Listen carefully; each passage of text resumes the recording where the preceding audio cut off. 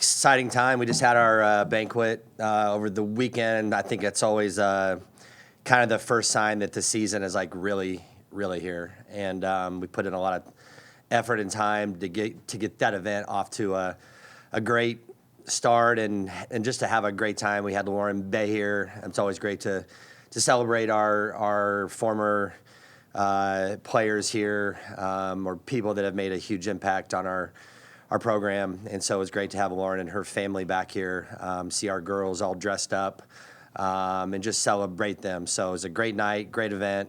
And, now we're in game week. So we're excited about this week. There's a lot going on, a little bit more than normal for a Monday, but I think that just tells us that the season's here and we're ready to start. So a little bit about this team. I've been pretty open, like I normally am, about our team, if it's good or bad. And I think we're really good. I've said that from day one. It's the most talented team that we've assembled in our 7 years. Great people, great softball players, great staff. Our staff just continues to grow. We keep being enabled by our administration to grow our staff inside, and it just helps. And the commitment here has been great. So this team, with COVID and all the extra years that these kids have been granted, I think is going to make the softball game really, really good the next 3 to 4 years because of the experience that we're going to have on the fields across the country. So for our team, it's great to get kids like Busby and Pennington and Alexander and Morgan Day. Hope I haven't left any one of those guys out, but gives them this extra year to play, to compete, to be around their teammates, our program, the impact that they have around here in OSU is great. And so we're excited about them. This is the deepest team that we've had. Pitching,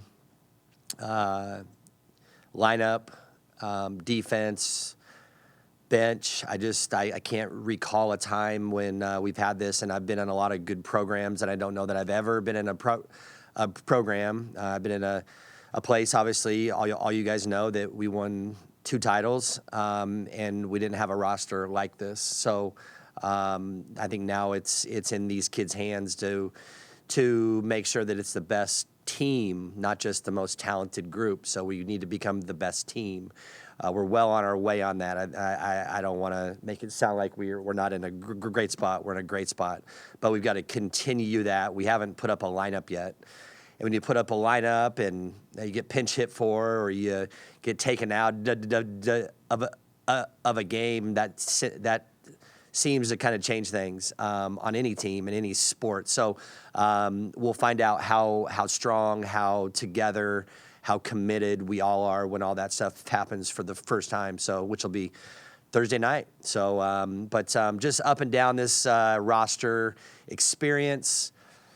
Postseason experience, World Series experience, Super Regional experience, everything. We've got all of it. And we've got another really good team right down the road, so we know what that's like. We know we're not, the only great team around here, but we feel like we're a great team. We're just excited about what that brings. So I'm sure you guys have plenty of questions about them, and I'll just wait to kind of hear what you guys have to say. What's your expectations for the transfers you brought in, specifically Miranda? For her, it's to complement Kelly and Morgan Day, and to help Tatum grow, and for them to become the best staff that we can ever have. It's the most talented set of arms that we've ever had here, maybe in our history here. And I can't speak for Michelle Smith and Lauren Bay days. I wasn't here, or Melanie Roche. I wasn't here during those days. Kind of go back and try to learn, but I don't know the rosters. I mean, I was a baseball guy then, so it's kind of hard to know that stuff. But I'll just go ahead and say it's probably the best staff that we've ever had here as far as talent goes. So her job is to come in here and be the best version of her. Like, she doesn't have to be anybody else. She's never had this type of support around her, I can tell you that. So she doesn't have to be the horse. We have a horse here, okay? And Kelly's that. And Morgan Day's been a horse. And Miranda's been a horse. So it comes down to coaching. How do we use them? How do we utilize their skill sets the very best? And so she just has to be her. And then on the offensive side, she's got to earn her way in the lineup, and she knows that. It's probably been the one thing that hasn't come back quite as fast yet. It's coming better each day, but the pitching is probably a little bit farther ahead of that. So she's going to get plenty of opportunities, and so I just need her to be the best version of herself. Hey, Kenny, as it relates to pitching, I mean, you know there was a day and time in softball when there was one on every staff, and they rode her to the end. Yeah. When do you think that started to change? And, you know, now we've seen national championship teams and contenders, Yeah. They have multiple pitchers. When did you see that changing, and how important is it to have 3 or 4 now? Well, I think when it really started to change was, you know, the offense has really obviously improved in probably the last 10 years, I would say. And so you get to OKC and you play these double headers that have been wild. We've kind of got that stuff changed now, so it's a great thing. But you just can't survive anymore with those kids. If you got stuck in a loser's bracket, a number 2 had to emerge. So I think we've all taken notice of that over probably the last, I don't know, I've been in, this is my 10th year now in softball, which is wild. But I think, you know, probably 5 to 6 years, you've really seen a major change in that, where you just need more. I tell you too, like, the pitching's not as specialized as what it was. I can remember being a young kid taking lessons, you know, back when I was on the West Coast, and I saw girls, like, that's all they did was pitch. You know, I mean, pitch. Now it's like, I think pitching has kind of gone down across our board, because kids aren't really willing to put the work in like they have been in the past. So when you get like our staff, when you get a Maxwell and a Day and a Nellish, a Clopton, a kid who lives, eats, sleeps,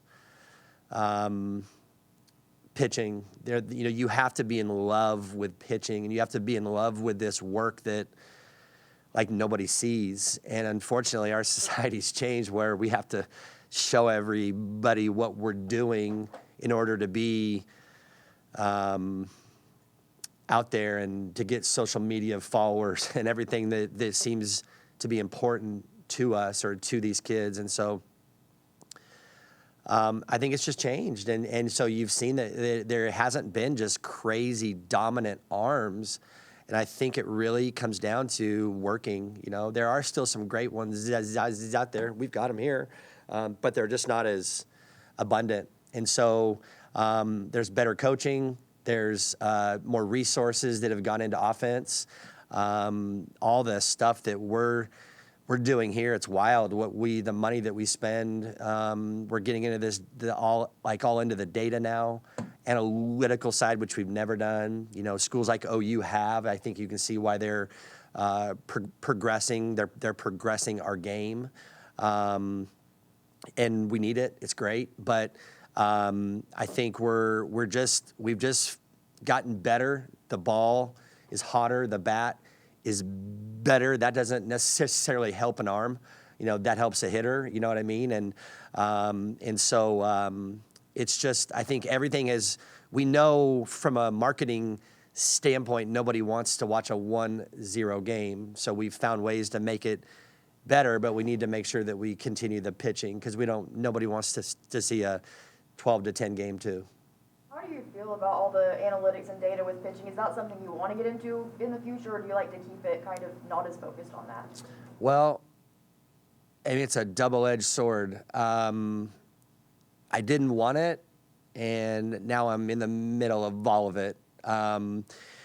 I have a couple of assistants that don't love it, but I think I've got a couple other ones that really do like it and are able to show me that there's some value. There's some real value in this, and so I like it and I want it. And I want to, if there's one thing that can help Kelly or Haley or Sydney, they're all here. If there's one thing that could help them, I want to show them that and give them that. I don't want to cloud their minds or turn them into robots. We take a lot of pride in not being that here, but I think we're being kind of arrogant if we decide to not use it and not take a look. And so sometimes you just have to grow. You just have to be willing to see new things, and we pride ourselves on that. And why we wouldn't do that on this, it's kind of arrogant. So we've jumped in. We've made some purchases. Some have been good, some have been poor, but I liken that to a learning curve. You got to invest some cash to learn, and we've done that. And I think we're very close to kind of fine-tuning exactly what we want and what's going to help us the very most. So I think there's a lot of value in all of it. For Morgan Day, having that opportunity to settle into the team during the fall season, what did you see in her then? She's just a worker. She loves to play. She's the most talkative player I've ever been around in my whole life. Sometimes you just sit there and just go, man, zip it for a while. But can't change that, right? That's who that kid is, and I love it, and I think our team does too. And what I love about her is she walked in here the first day, and she made her presence felt. She just invested in all of our new kids, right away. Didn't hesitate, didn't peek through a door. She knocked the door down as she walked in a very respectful way. And she has the respect of her team. She's a tireless worker. She loves this school. Obviously, with Hunter playing on the football team, she's very invested there. So it's really cool to see that and to have people that can come in here and just jump in, and she's done that. She's earned a role like all of our kids have, and she's going to be a huge impact. And it's really cool to see. It's just really cool that we've got this opportunity for kids like her to come in here. Haley's the same way. Haley, it may have taken a little bit longer to kind of feel comfy, but for Morgan Day, it was boom, she just walked in, and from what I can tell, she just feels good and she's performed well. You've had success over the last few years with transfers coming in and being really impactful players, but all along that time, you've also had Kylie and Cheyenne and Sydney, players that you recruited out of high school. Yeah. What are those players that have been with the program since they came to you out of high school? What is their value? Well, you have to have it. I mean, that's the. I don't want to cry, so this is.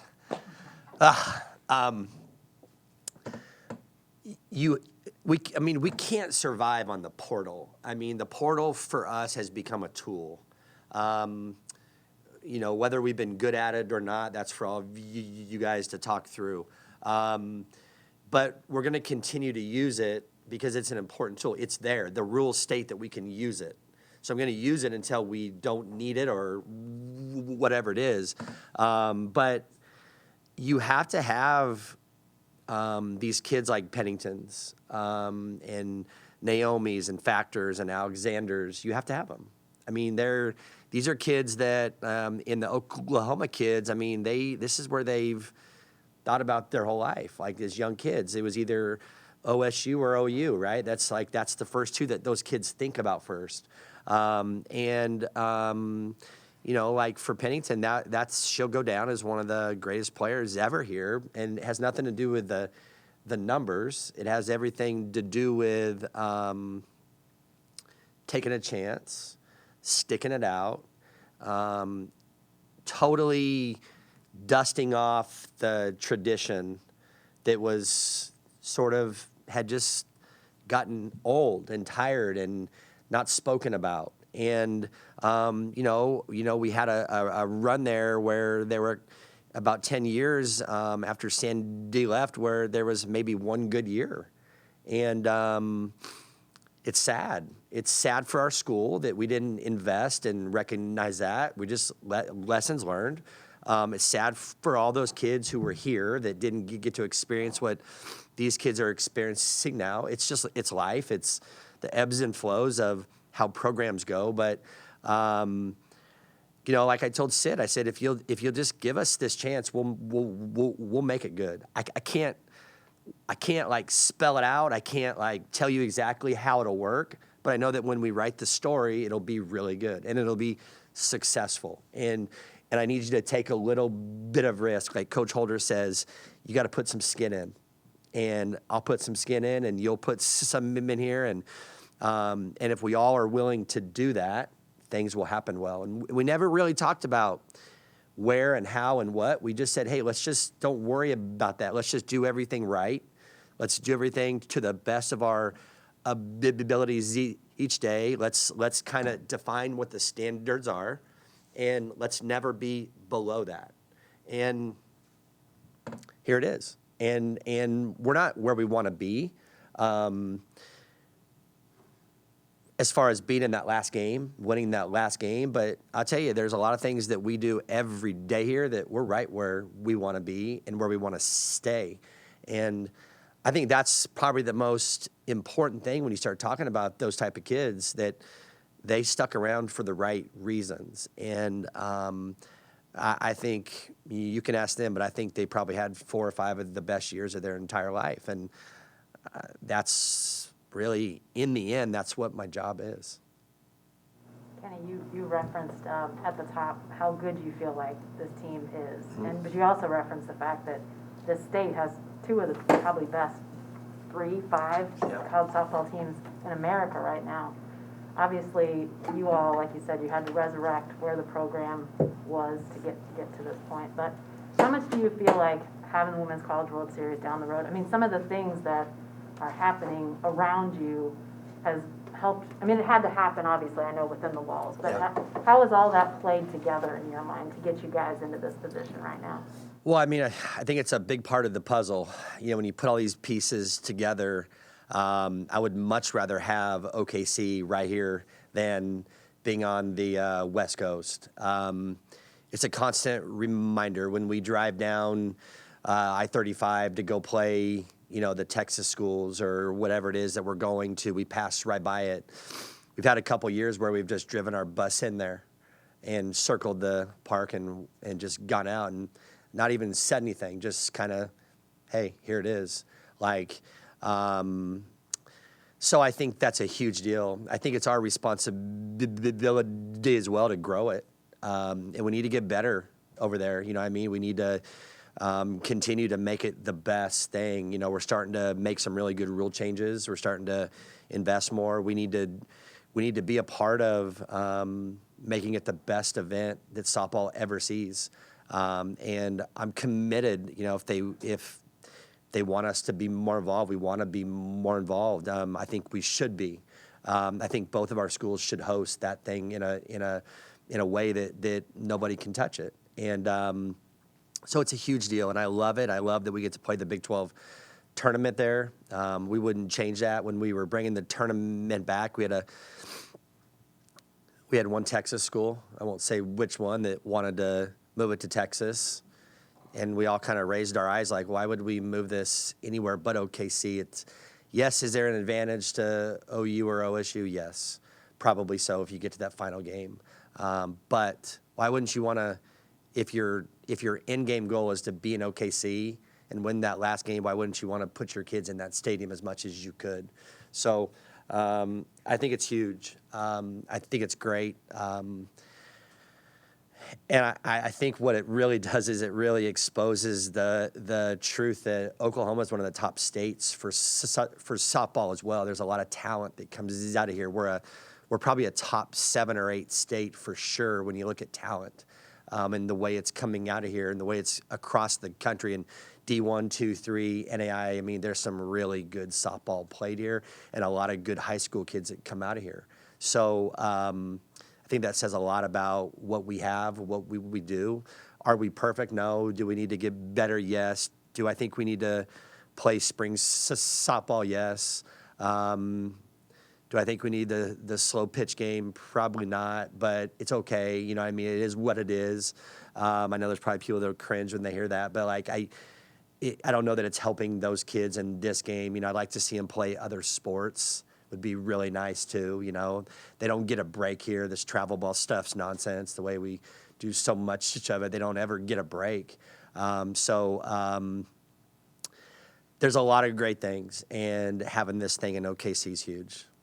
Sure was, not to sound like disrespectful, but I don't know if when you first got here, you know, Oklahoma City was necessarily expected. But the way you've developed players, the way you brought kids in the portal is, and based on the last 2 full seasons, is Oklahoma City kind of expected moving forward? You're gonna have to ask them. I mean, I would, you know, I'll speak for me. Yeah, yes, like that. That's the expectation, and it's not getting to OKC. It was getting to OKC our first years. That's not the expectation. I think, from my perspective, I personally would say that not being in that last game would be a disappointment. Now, I can live with that because as long as they've done everything and we've done everything in our power to put ourselves in that spot, then you just live with whatever comes. But the expectation for this team is to be in that final game. And so, yeah, I don't think it was that when we got here. But it wasn't being talked through. You know what I mean? And you have to just talk through that, you know, that kind of stuff. I wouldn't have said that to our first team because we weren't capable. They're just, you can, you know, Cinderella's story or not. I mean, we got to Georgia and forced a NIF game. I mean, we were literally 21 outs from being in a super regional in our first year. I mean, I think that was probably a Cinderella story. So it is what it is. We've taken the right steps, and I would think that the expectation of these kids, and you have to ask them, is to be in OKC every year, for sure. Sorry. You mentioned pitchers who eat, sleep, breathe their craft. What have you noticed about Miranda since she's gotten here? Fun kid, getting to know her. Her teammates could probably give you a little more insight because they're around her a lot, but she's committed to this group. I tell you, the one thing that impresses me is how she's been an ace everywhere she's ever been, and she doesn't. You'd have to ask Kelly this, but in my opinion, she respects Kelly as the ace here. That's how I feel, at least. I haven't seen anything other than that. She hasn't walked around here acting like she's too hot to be around here. You know, she kind of had an emotional speech at our banquet. I think she's just really excited to be part of this team and to be part of the puzzle. And so she's does her work. She's gotten to know her teammates, I think, from what I can tell. They have some inside jokes and stuff like that I don't really know all about. So I think they're probably having fun and doing all that stuff that teams ought to do. And nicknames and things like that you get when you're vulnerable and just yourself.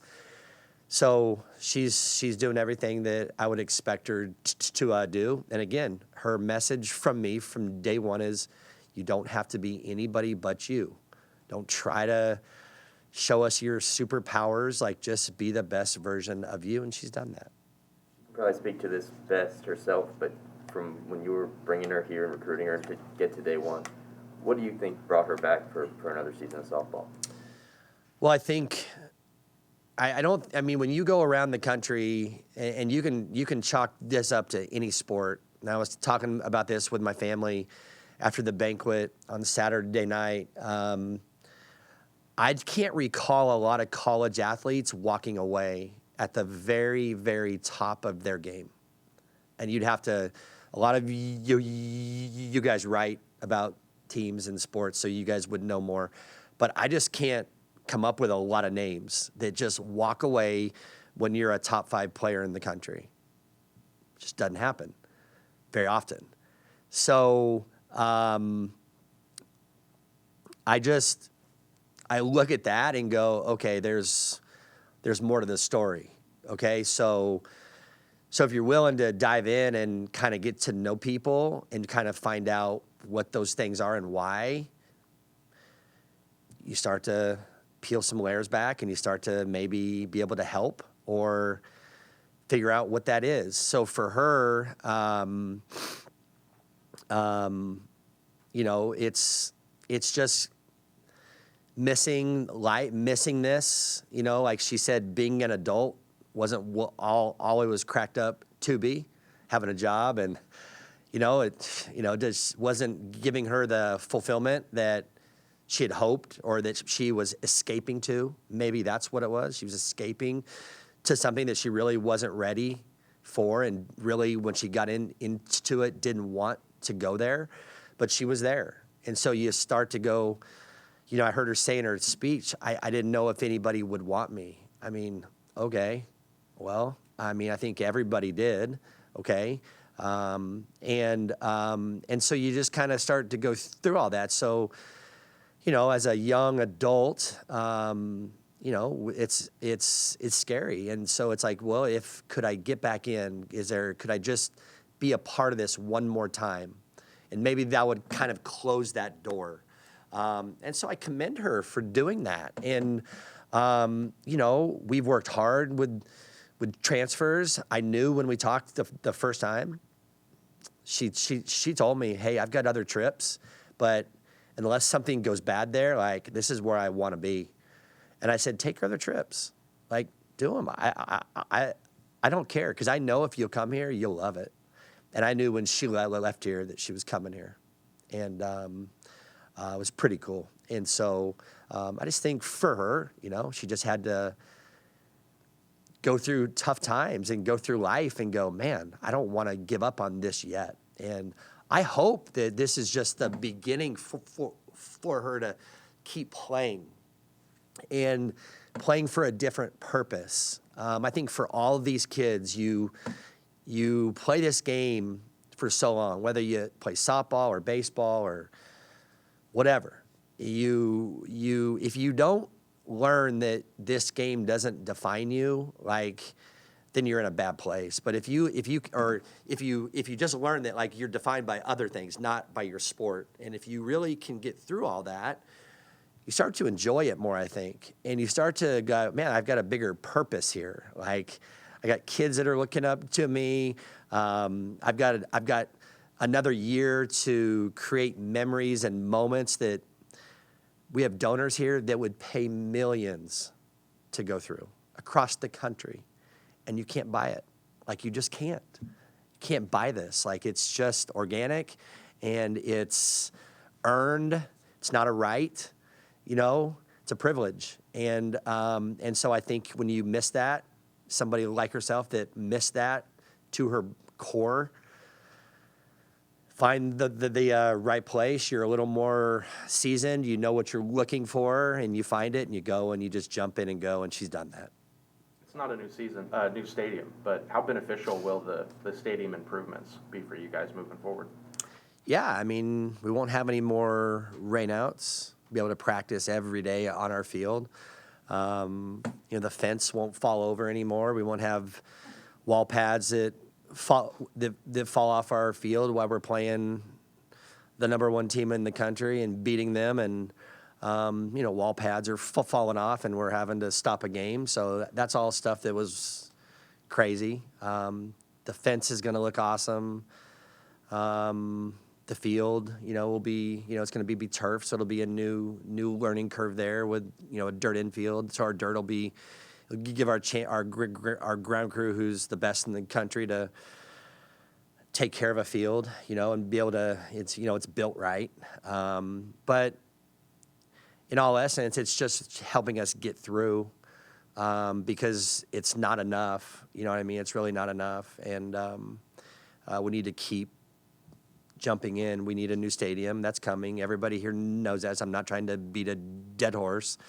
We need more seats. That's a major problem. We have a major issue when I talk to people and they're like, man, we'd really love to come watch you play, but we can't get seats. And I'm like, the story, we got to do a better job of telling the story. Just show up. We'll get you in. You know, there's standing room seats. Well, everybody doesn't want to stand. Well, truthfully, not everybody always comes, even though you have a ticket, right, or a season seat, so you can find a seat. So we got to tell that story, but we need more, and we just need to continue to grow. So I'm very thankful and appreciative that we spent this money we needed to. We've needed to since my first year. We were going to have things done a couple years back, and then COVID hit, and it just like stopped.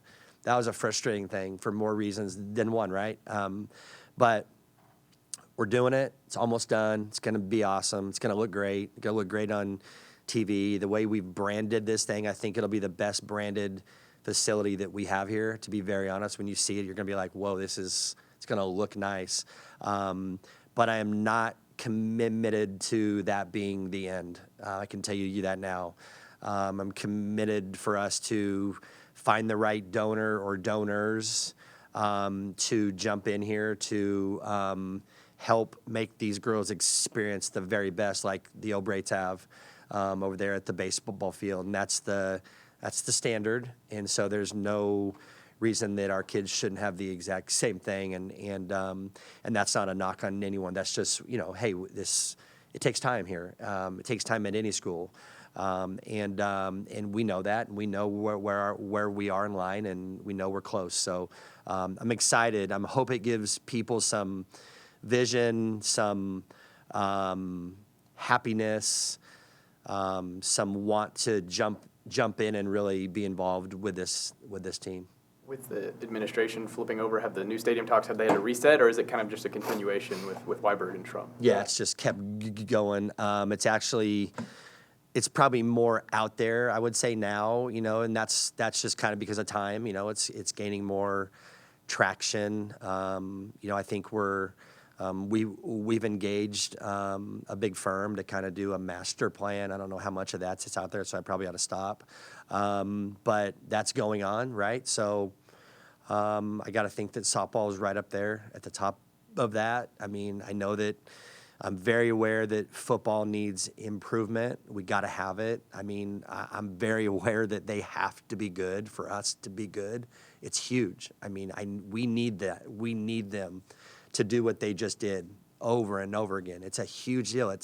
In recruiting, it's huge. We need Coach Boynton to get through everything that he's going through to help. It's just, you get experiences like we had on Saturday here. It's recruiting. It's wild. Track needs an indoor. Wrestling grossly needs improvements. So I'm very aware of all this stuff. And so I understand that it's not just about us. If I was 35, I'd probably be saying some dumb things. But 50, I get it. You know what I mean? But we need it, and we need to keep going. Dr. Schramm, I think you've seen a different type of leadership. President Hargis was awesome in everything that he did here. It's just crazy to see our president at every event I'm at. She's there. I mean, every single event. It's wild. And she sat at our banquet for 3.5 hours this Saturday. It was wild. That's never happened. And to have that kind of support, I think only enhances what our supporters need to see to know that we're all in from the very top. You mentioned all the arms you had earlier. How important does John's job become this season with all the different girls that you guys could throw out there? Yeah, I'm glad it's not me. He's great. So, you know, he's just so good and so calm and helps me think in some different ways. And I think we've been good for him too. Help him think in some different ways, resourceful. You know, we have things that he's never had.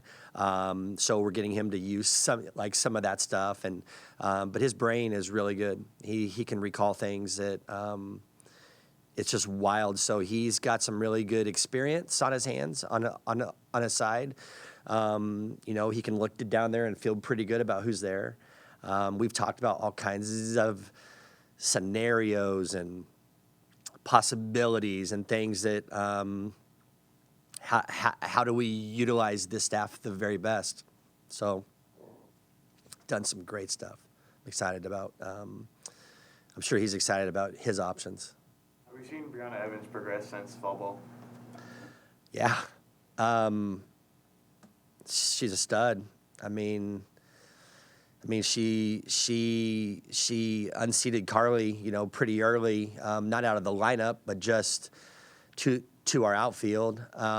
We keep them both there a lot, but she's kind of taken that spot over as of right now.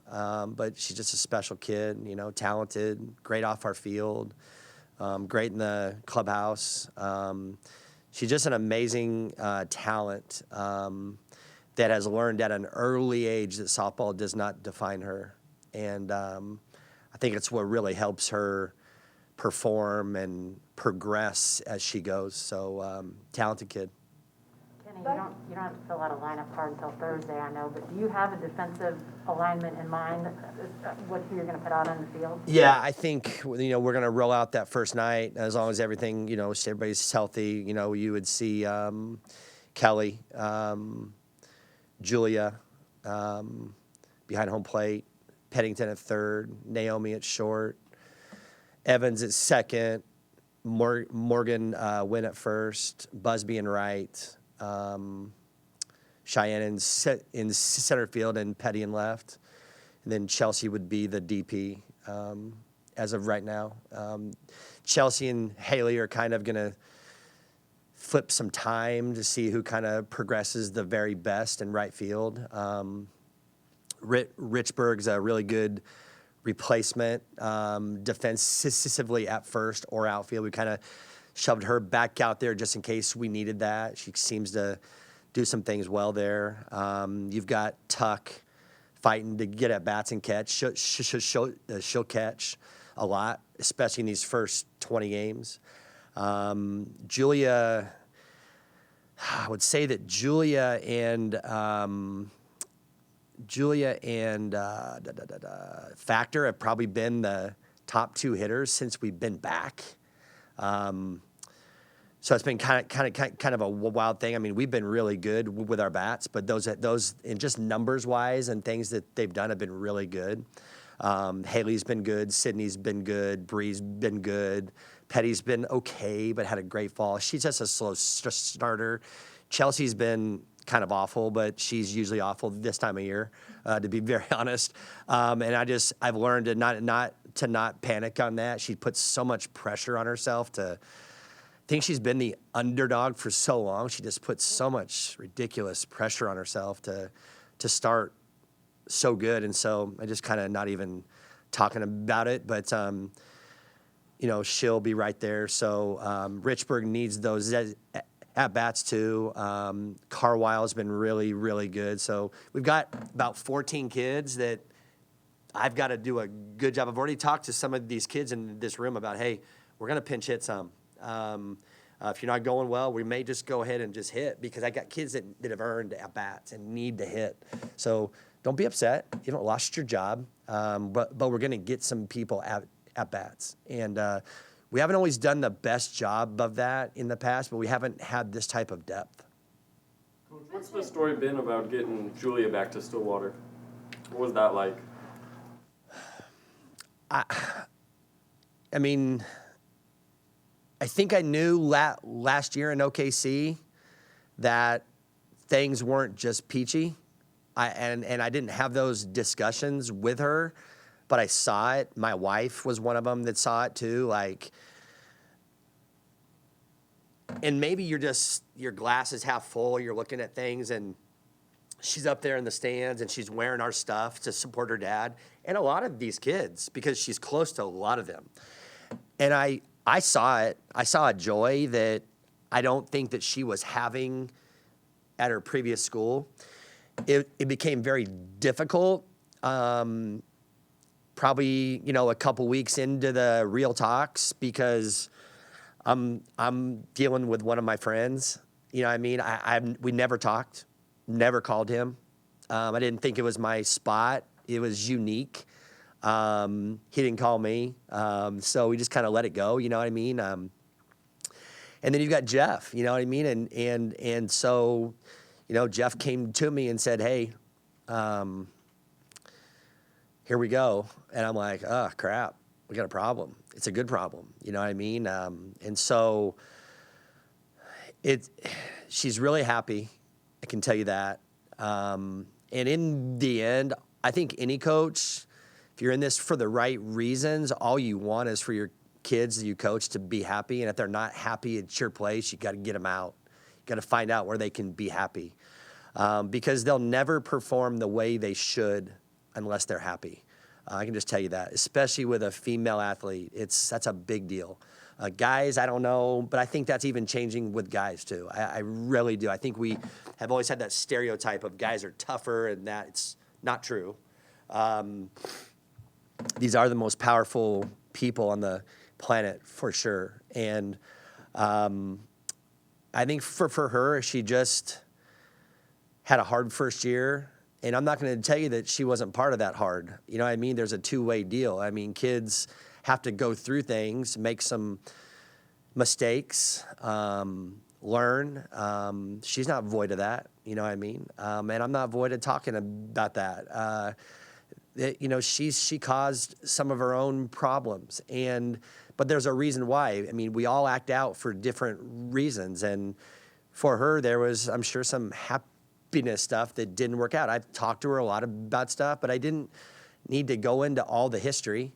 What I needed to do was to start from right now and go, hey, what do we got to do to get you back to being you? And that's the commitment that I've got. And if you still think you love this game, and I know you love OSU and Stillwater, if that's what you want, then let's go. And if it's not, then we'll help you find the right place. And I had a feeling it wouldn't take long. It didn't. She wanted to be here. And I know she's living at home. That's not where she wants to be, like any college kid. But I think it's probably a good thing for her to really get her to appreciate everything that your parents are, and they do. So it'll be a really good learning experience for her again. And, she's handled everything well. You have to ask her teammates here what they think, because they're around her way more than I am. But from what I can tell, she's a leader on our field. Her voice carries. She commanded respect the first day she walked in, by the way she plays and hits balls like Busby does and Pennington does there. It's a different kind of sound when it comes off the bat. She's an adrenaline junkie like Elish. So it's kind of interesting to get two of those type of kids here at the break. They're competitors, man, and it's just enhanced this whole team. I know you use a lot of different catchers. During fall ball. What's it like having Julia behind the plate? Well, you've got a kid that has 2 years of catching in the SEC, played in some big games, right? Has close to a 300 average. We haven't had a catcher hit that in my time here besides Vanessa, but I wouldn't really call her a catcher, just doing her job. So to be able to get this type of offense out of that spot will really be good. She has the best arm I've ever seen, ever coached. So that's a huge deal. So her catching has been solid. It hasn't been great yet. She's catching a bunch of new kids, so that's tough. But she's walked in here and done great. Tuck, I will tell you the best thing that's ever happened to Tuck is that Julia's here. Her game has improved in the last month and a half. It's improved. Okay, her catching has always been really good. Her arm is probably her weakness. Part of that is she just battles an arm issue, and it just has good days and it has bad days. Okay, so there's no fixing that at this point in time. So, but her offense is improved. Her leadership is improved. Her quickness, her sense of urgency, it's been great for her. So, not that she's probably thrilled always, but her and Julia have been friends for a long time. They played in the same team in high school. So,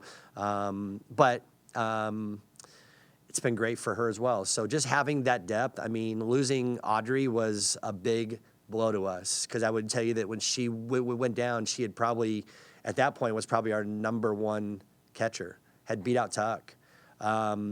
So that was scary. Everything just worked out, but it's nice to have depth. You mentioned Morgan Wynn at first base. I know back in the fall she talked about kind of her leadership experience, not just on the field, but off with the student leadership and NCAA leadership and all that. How do you think that kind of contributes to the team dynamic? Yeah, she's a great kid, and she's coming into a program that is established, and on the field, I don't really think she's been the best version of her yet. What we've seen. I mean, don't get that wrong. Like, she's a starter.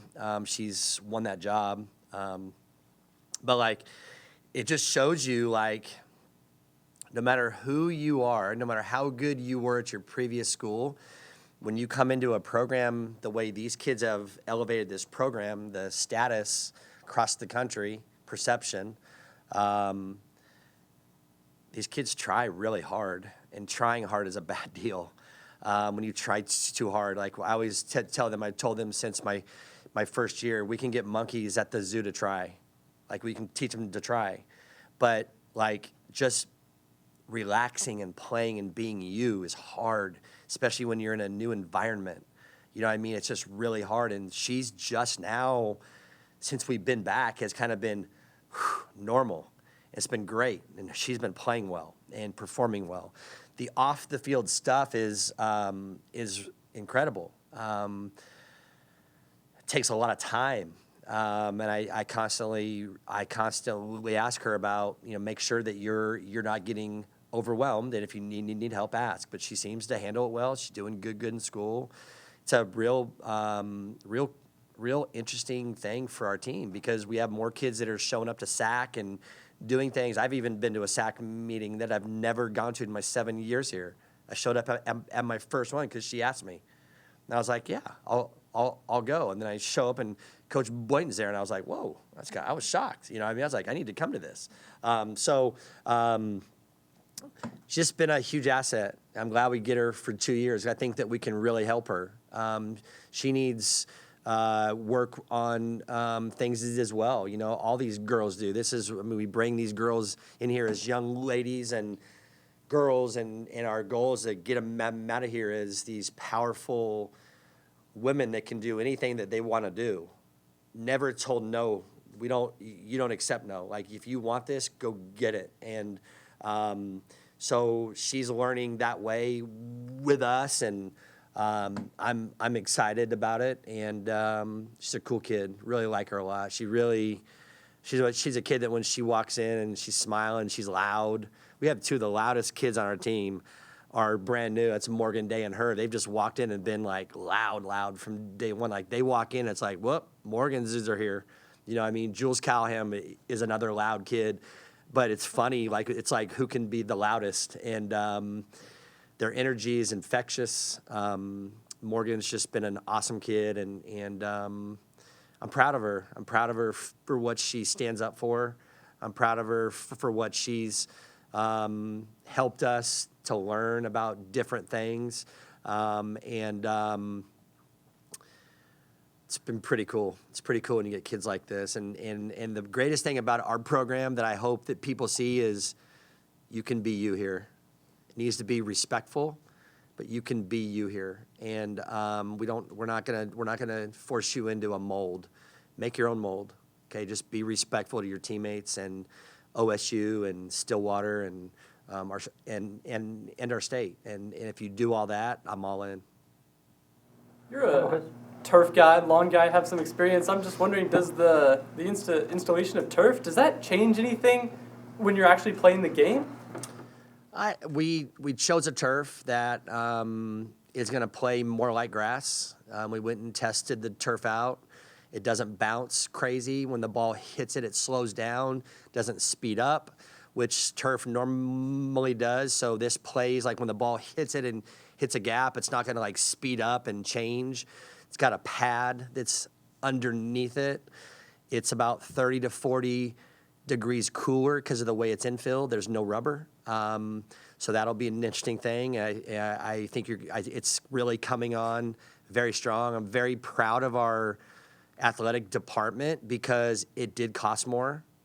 And when you're sitting there going, hey, we could be in a new stadium in 3 to 5 years, fingers crossed, right? Like if everything goes great, like, do we want to spend another 80, 90, 100 grand on the turf? You know what I mean? And for us to do that, I think tells you that we're committed to doing what's best for our student athletes. I've heard little things that, you know, we may do it on the football field or the indoor when we replace those because they kind of like what they see and have kind of learned. So we'll see where all that goes. But turf doesn't bother me. You know, there's a couple things like, do I want grass? Yeah. When we build a new stadium, probably like to have grass, and then I'd like to have a turf practice field like baseball has. Okay. I don't want anything more than what baseball has, just the same. So maybe we can have a grass field and then a turf field over here. Okay, so, but I think the time of year we're doing the installation, turf was the only way. This makes sense if we want to investigate what's best for the next phase, okay? And if we can get a field that performs more like grass and is cooler, those are the two complaints about turf that you hear most. So I'm excited about it. It's going to look recruit ready every day. That's kind of cool. You know what I mean? No matter what time of year, it's going to look phenomenal. So that's a part I love. The construction time period cause any difficulties, or were you able to do it mostly when you weren't going to be using the field? No, I mean, it's been a pain in our butt. When we haven't been on our field since we've been back, and the weather's been phenomenal, except 3 days. 4 days, I mean, we've been at Stillwater High I say a bunch, 4 or 5 times. We've used our indoor a bunch. We've used Alley P. You know, we've turned that grass into a softball field, used the wall the best that we can. We've kind of pushed it out. So no excuses. I mean, but we haven't been on dirt, but we actually went to a local high school and inter-squatted. We got on a bus. I mean, it was real. I mean, it was probably a $2,000 day or more when you really think about how much it cost for us to practice one day because we needed to get on dirt and play on a real field, you know, and so we got that. So that was kind of cool. So it is what it is. No excuses. Anything else for Coach guys? Actually, I got one. So you talked about Elish and you talked about Julia. And it sounded like it's fulfillment and happiness, you know, maybe was part of their equation for coming here. What does it say about kind of like the intangibles of the group that you have, that they see them and how they act, and then also the group that you have, how they've maybe impacted the larger DNA of the program? Well, this is a player-run program. I can tell you that. Like, yeah, do the coaches make the final say? Yes, but for instance, with Elish, I went to Kelly. I think John actually talked to her first. He just kind of got her at the right time and just said, hey, we're thinking about this. What do you think?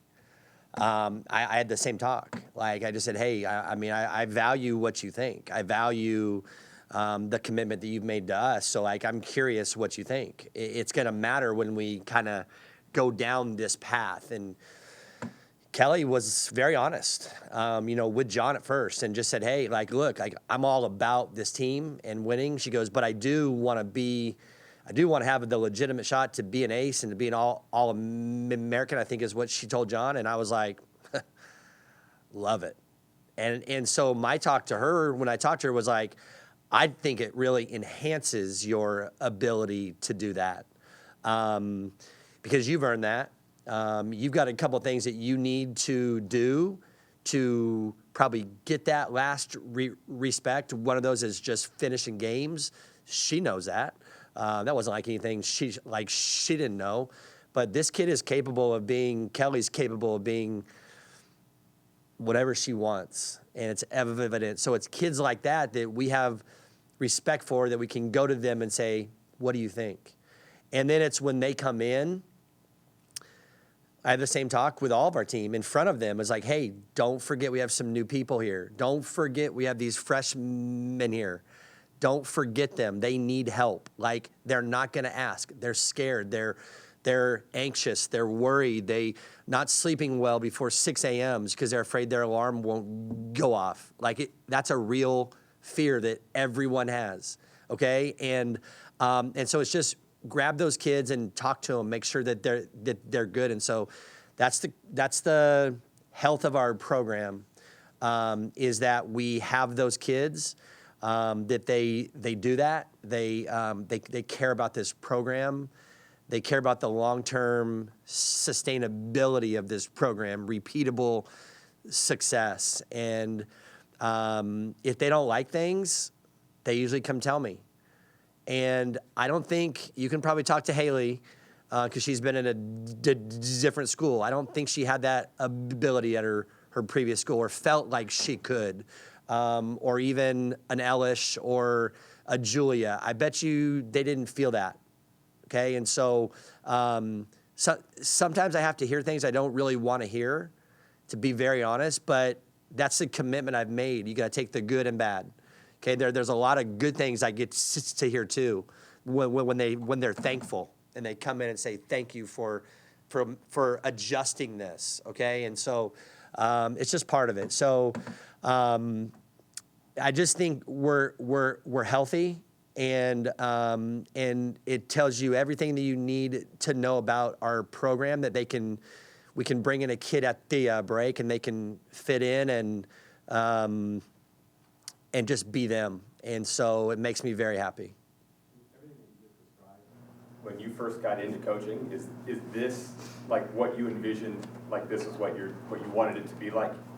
No. No, it's really weird. My time at Florida changed everything for me. Probably my 1 year at Tennessee with the baseball team there probably helped me, because I got to see things from such a different perspective as the director of ops. But going to Florida, like, Tim didn't need me to coach. Like, he's one of the best coaches in the country. But he whatever he needed, he never exactly told me, but I morphed into this guy in the cages that, like, was talking everybody off the cliff.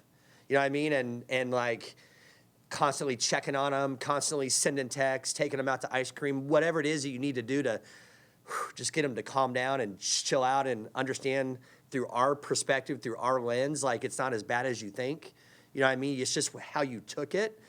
So as I'm going through those 3 years there, I was like, man, I just need to be me. That's really my strength. And being me, being the best version of me, is the same thing I preach to these guys. Just be the best version of them. And I say this a lot. I'm the third or fourth best coach on this team, but I'm the best people guy. And that's what I'm gonna continue to be. And I've been able to hire the best staff in the country and let them do their job. And I still miss some things. I miss, like, I'm the last person that a lot of these kids go to at times.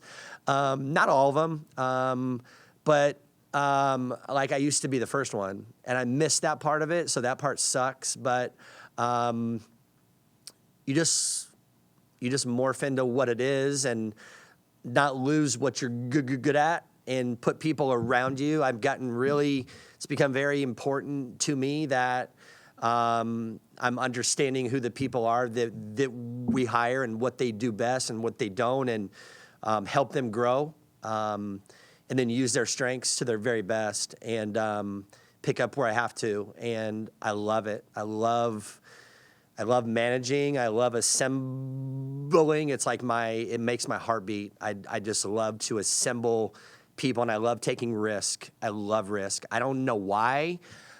I don't. I look back and go, ooh, man, why did we do that? but it worked. And so I love that. I think they feel the same thing. It's different. It's different here. I don't know why. It's not that it's better. It's just our kids that we've got here, it fits them. And so, you know, I thought I was going to be this hard ass X's and O's. This is the way it's always been done. And now I'm like, I don't care the way it's always been done, because it's not the best way now. And I sometimes cringe. You know, I mean, when Sam Shaw when she flipped that bat, my mentor called me and goes, "How do you let her flip her bat?" And I'm like, "You don't get it. Like, you need to hear what I've got to say, and I respect the heck out of you, but you need to hear what I've got to say, and then you can say what you want to say." And I told him, and he goes, "Okay, I get it." And I said, it's different, and he's really helped me evolve. Watching him go through some struggles, he helped me evolve in a lot of this stuff. And he's the best baseball guy I've ever been around in my entire life. And so to watch him evolve helped me to evolve and turn me into who I've become. And I'll get better on the softball, but I don't want to lose my personal skill and that kind of stuff, because I think that's where I can really help our kids.